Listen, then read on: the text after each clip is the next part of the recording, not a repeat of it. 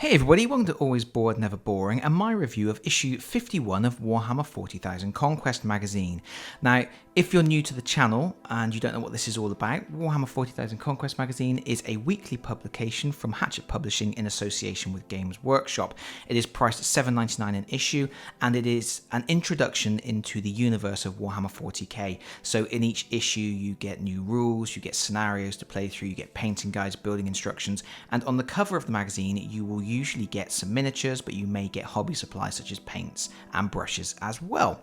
And I'm a subscriber to the magazine, so I actually get 4 issues once a month in a bundle, and this is the first issue from my latest bundle, which I am a little bit behind the curve on reviewing because I've had so much other stuff I wanted to talk about on the channel. But here we are. Issue 51, which comes with a Haemotrope Reactor. So we're going to take a quick look at the Haemotrope Reactor first, and then we'll have a look inside the magazine. And here is the Haemotrope Reactor. It is a whacking great piece of scenery. Looks like a very easy build. You've got 2 main sections, which are the front and back. They sandwich together, then you've got a bit of pipework that comes out, and then you've got some different vent covers and things like that. It's cast in brown plastic, so if you don't want to paint it straight away, you can sort of, at least it will distinguish itself from other things that you have on the board. And yeah, it's nice stuff. This is actually from the Sector Mechanicus range of terrain, which is all completely modular. So this is very cool because they've previously given us some pipework from that same set of terrain, and there is some more Sector Mechanicus terrain coming as well, and it will all plug together in different ways. Like these vent openings here are all of a uniform size. They're all standardized across all of the kits, so if you've got a pipework set, you can actually butt the pipework up against that and it will look like it's attached to the Haemotrope Reactor. Then you can have this pipe goes into the ground, you can have another vent stick up somewhere else on the battlefield and have the pipe coming out again, and everything will look like it's all part of the same universe, it's all part of the same landscape, which is fantastic. And yeah, I do like Games Workshop's terrain a lot.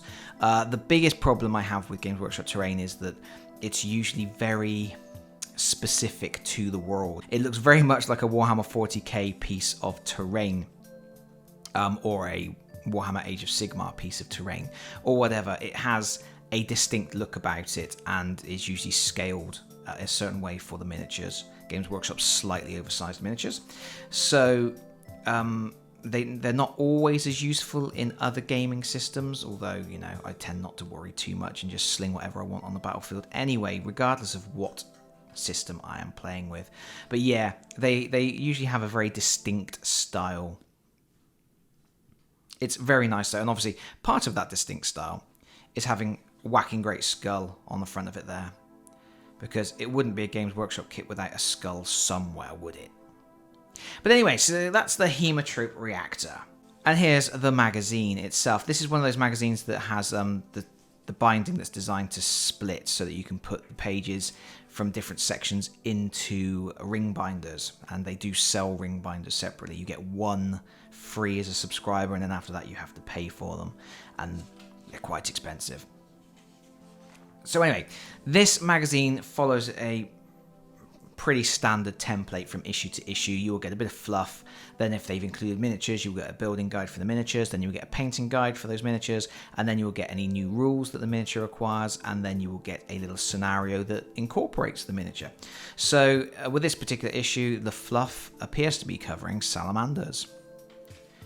Normally the fluff will tend to focus on Ultramarines and Death Guard, because those are the 2 forces that you're collecting with this particular magazine, but it does stretch beyond that and cover some of the other races, some of the other companies, chapters, and things like that. It's a cool picture. If you imagine how big a Space Marine is, and that is a Salamander captain there, so he'd be a pretty big dude anyway, and then look at the size of the orc he's fighting. Everything in 40k dialed up to 11. A bit on Dark Imperium, the Heretics, and yeah, Black Legion. Abaddon's boys. Speaking of the devil, there he is. There's Abaddon the Despoiler, War Master of Chaos. And we've got some different unit types here. We've got a Greater Possessed. We've got a Black Legion Chaos Terminator. A Black Legion Obliterator with flesh metal weapons. Flesh metal is my absolute favourite type of music. We have a Raptor. Just a standard Space Marine, and then we have a Black Legion Havoc with rip. I think that's supposed to say Reaper chain cannon, but it doesn't. Always nice to see some painted stuff, and then some painted stuff in dioramas. We've got Night Lords, Iron Warriors, and Word Bearers there.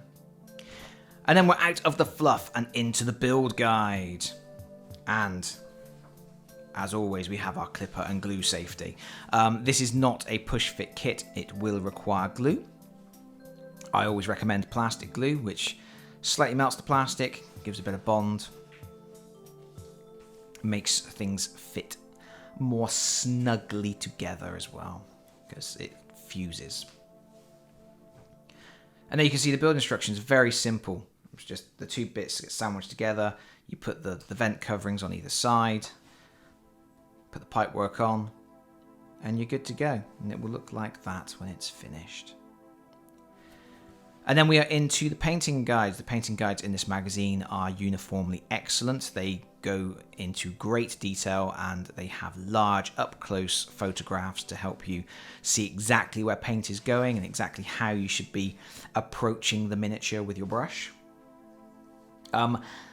They are occasionally introducing new painting techniques. They recently covered like edge highlighting and dry brushing, but they tend to be very similar week on week as a painting guide. The metal sections are almost always, you know, wax and metal paint on there, then a non-oil, then a dry brush.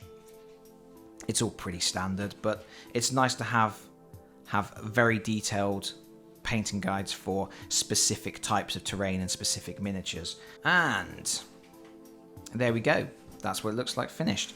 And they started doing this a little while back. They show you the front and the back of the miniature, which is very handy because I am a victim of this myself, where you occasionally miss something and forget to paint a bit. So it's nice to have a reference, front and back reference, so you can just go, oh yeah, no, I have painted all that, but oh, I missed that then, or whatever. And then we have some new rules for using the Haemotrope Reactor. The reactor provides cover, and it is hazardous cover. So basically, yeah, you can hide behind it, but it might blow up and cover you in gloop. And if it does, you're going to take some damage. Yep, and this is sort of examples of those rules in play. You have to have 25% of every model covered in order to gain the benefit of cover.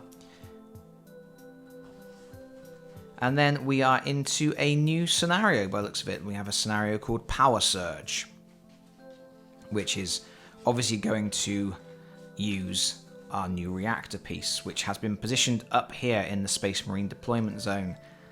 Death Guard down here. And as they have been doing for quite a while now, they're actually pushing together two battle mats that they have provided previously. So you're getting quite a big play area, quite a big battle area. And looks like it's a bit of a run and gun for the Death Guard. Victory conditions.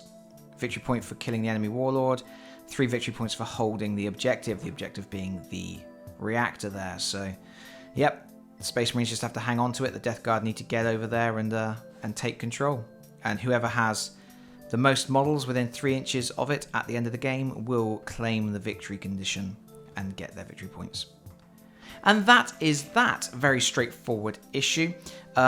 Nice new piece of terrain. It is worth noting that when you purchase this terrain from Games Workshop, you actually get 2 in a box. So that being the case, what's the value like for this particular issue? This issue is priced at $7.99.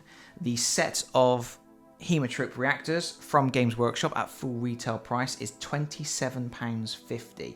That means a single frame would be half that price, so we'd be looking at £13.75. And Therefore, you're paying £7.99 for £13.75 worth of stuff, which is a saving of £5.76, which is not too bad at all when you also get the magazine and all of the content that the magazine provides. So that's a pretty healthy saving. It does mean that in a future issue, we will get a second Haemotrope Reactor, because they're sold in pairs normally, so we will definitely get another issue later on with the second one in it. It's never as exciting to get the same stuff on the cover of the magazine that you've had on a previous issue, but obviously understandable, and terrain is always useful, and I'm always happy to have more terrain to sling on the table when I play. Finally, we'll have a quick spy at what's coming up, shall we? In issue 52, we have... Oh yeah, it's that Astro Granite issue. It really is just a magazine with a pot of Astro Granite. That's not a good saving at all. In fact, it's not a saving at all. And then in issue 53, we have... It's another bike. We've had 2 bikes in a previous issue. They're normally sold in sets of 3, so lo and behold, this magazine has the 3rd bike on it. The retail price for a single bike would indeed be less than the price £7.99. So again, not a saving in terms of cover product there.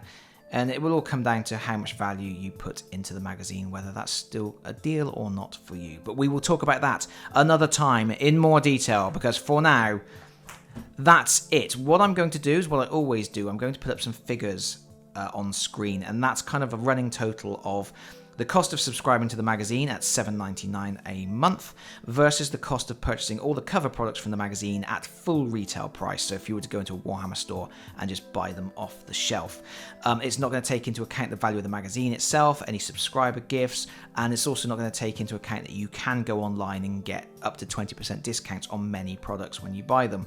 It is literally cost of subscribing to the magazine versus the full retail price of the cover products, which hopefully some people will find useful. But that is it from me. Thank you very much for watching. If you have enjoyed this video, please consider liking and subscribing if you don't already do so, and I will hopefully see you very soon. Bye bye everyone. Bye bye.